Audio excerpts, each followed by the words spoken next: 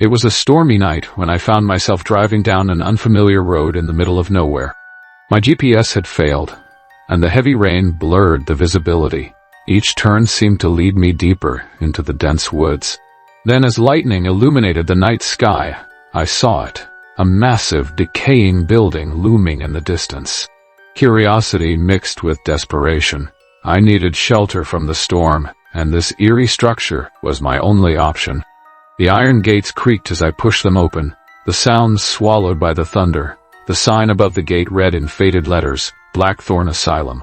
The place had a sinister aura. Vines strangled its stone walls and shattered windows gaped like empty eyes. But the rain was relentless, and I had no choice. I approached the towering wooden doors, hesitant, and knocked. The sound echoed ominously, but no one answered. With a deep breath, I pushed the doors open. Inside, the air was thick with the scent of mildew and decay. The grand lobby was shrouded in shadows, lit only by sporadic flashes of lightning. An old reception desk stood to one side, papers scattered across its surface. A faint, unexplainable whisper seemed to emanate from somewhere deep within the asylum. "Hello?" I called out, my voice trembling. No reply.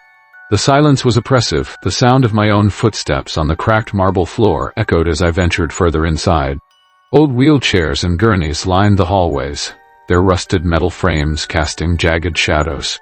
Faded photographs hung crookedly on the walls, the faces of long-forgotten patients staring out blankly, as though judging my intrusion. Then I saw it. A faint light flickered at the end of the corridor. My heart raced, torn between fear and the hope that someone might be there. I followed the light, each step heavier than the last. The light led me to a room marked patient records. The door creaked as I pushed it open.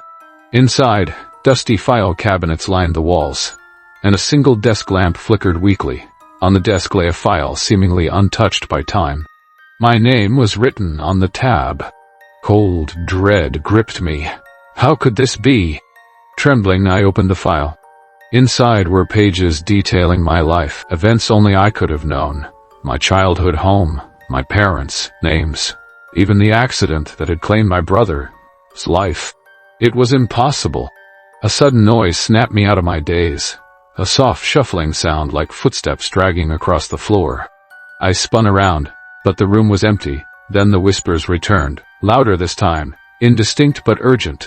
Panicking, I left the room, the file still clutched in my hand. The hallway seemed longer than before, stretching endlessly.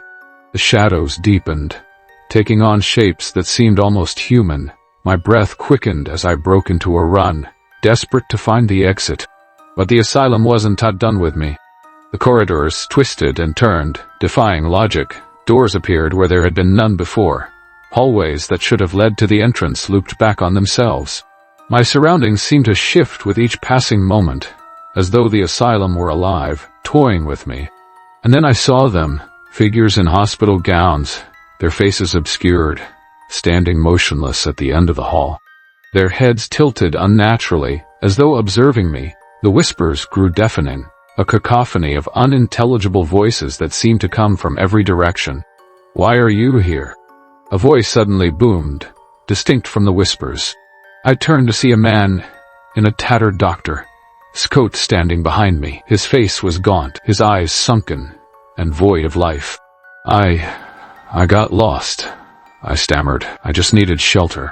"This place does not offer shelter," he interrupted, his voice cold and hollow. "It consumes." Before I could react, the figures from the hall began to move, their jerky, unnatural motions propelling them closer.